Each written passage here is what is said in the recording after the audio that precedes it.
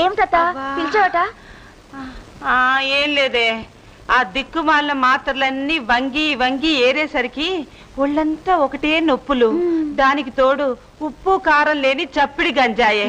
కాస్త కాళ్ళు నొక్కుతావని ఒకటే నీరసంగా ఉంది. అత్త, నీ కొవ్వు కరిగించి మద అణచకపోతే నా పేరు ఝాన్సీ కాదు. ఏంటే బయట అలా నిలబడి ఆలోచిస్తున్నావు? వచ్చి కాళ్ళు నొక్కమంటుంటే.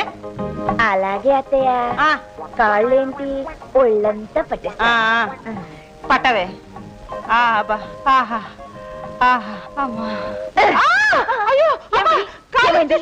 అసలే నీరసంగా ఉంటే దానికి తోడు రాక్షసపు పట్టు పట్టి కాళ్ళు కీళ్లు విరిచేస్తున్నావే. అలా గట్టిగా పట్టకపోతే నీ నొప్పులు తగ్గవు అత్తయ్య.